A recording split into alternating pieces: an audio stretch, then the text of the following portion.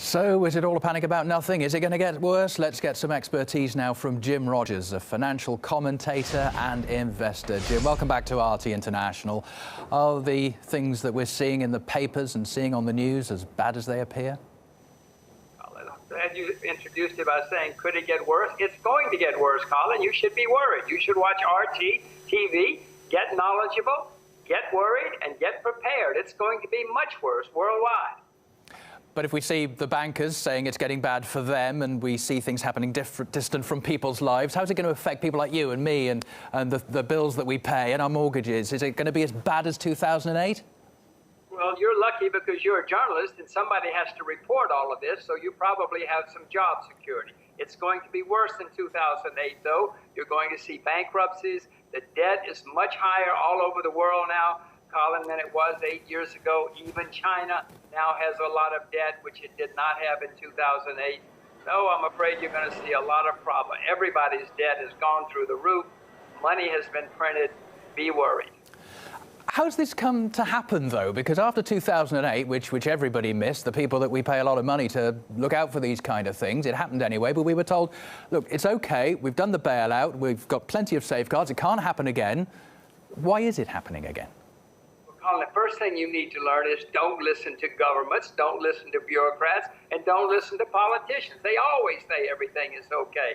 There were people who before 2008 said it was going to end badly. There have been people since who said it's going to end badly.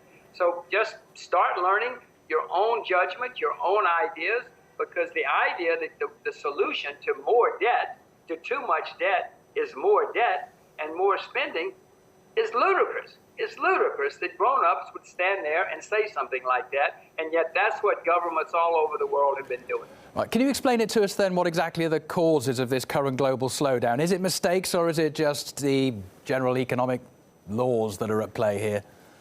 Well, it's some of both. The central bank in the United States has driven interest rates to absurd.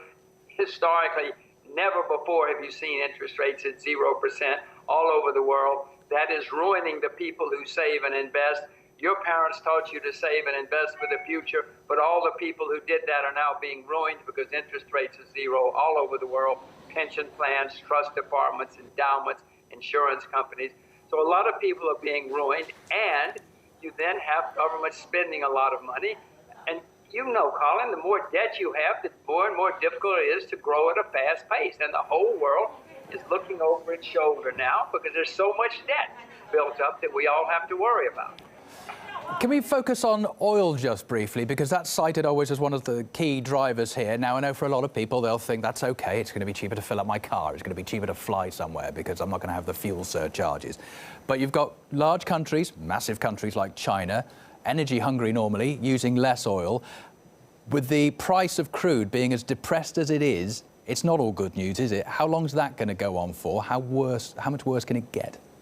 Well, you're right, Colin. It's good for people who consume oil.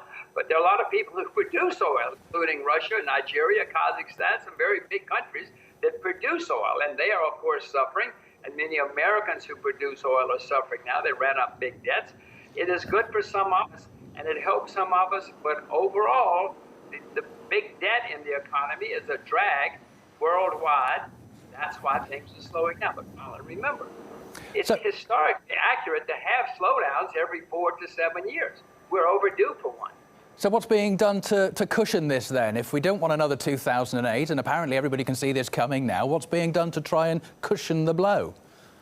What they're going to do, Colin, is they're going to say, the central bank in America is going to say, don't worry, we will save you after they get enough complaints. And then they're going to print more money and try to drive interest rates even lower. But that's going to make things worse, Colin.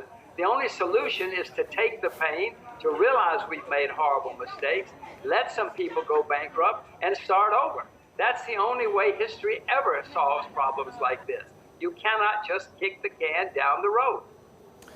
Oh, we were all so positive on New Year's Day, weren't we, Jim? Oh, well. All right, thanks for your insight on that. Jim Rogers, financial commentator and investor.